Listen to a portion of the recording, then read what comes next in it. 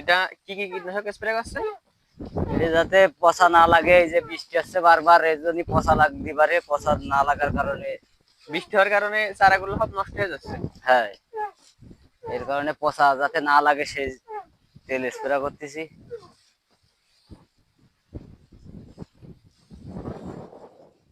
আপনি এই কৃষি কাজ করেন কত বছর?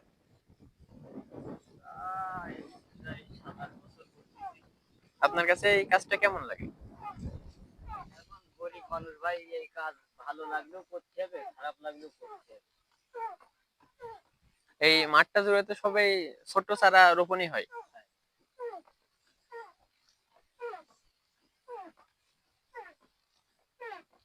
এখানে কি কি ধরনের চারা পাওয়া যায়?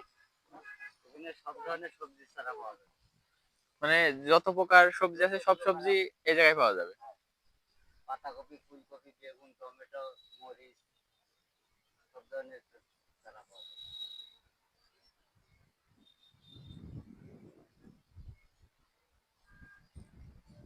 এই জায়গাটার নাম কি? এটা হচ্ছে আব্দুলপুর। আব্দুলপুর মাঠে আসলে সবাই চারা পাবে। হ্যাঁ, সারা বাংলাদেশে তো চারা পাবে, আর হ্যাঁ বিভিন্ন জায়গায় আমরা চারা পাঠাই দিই।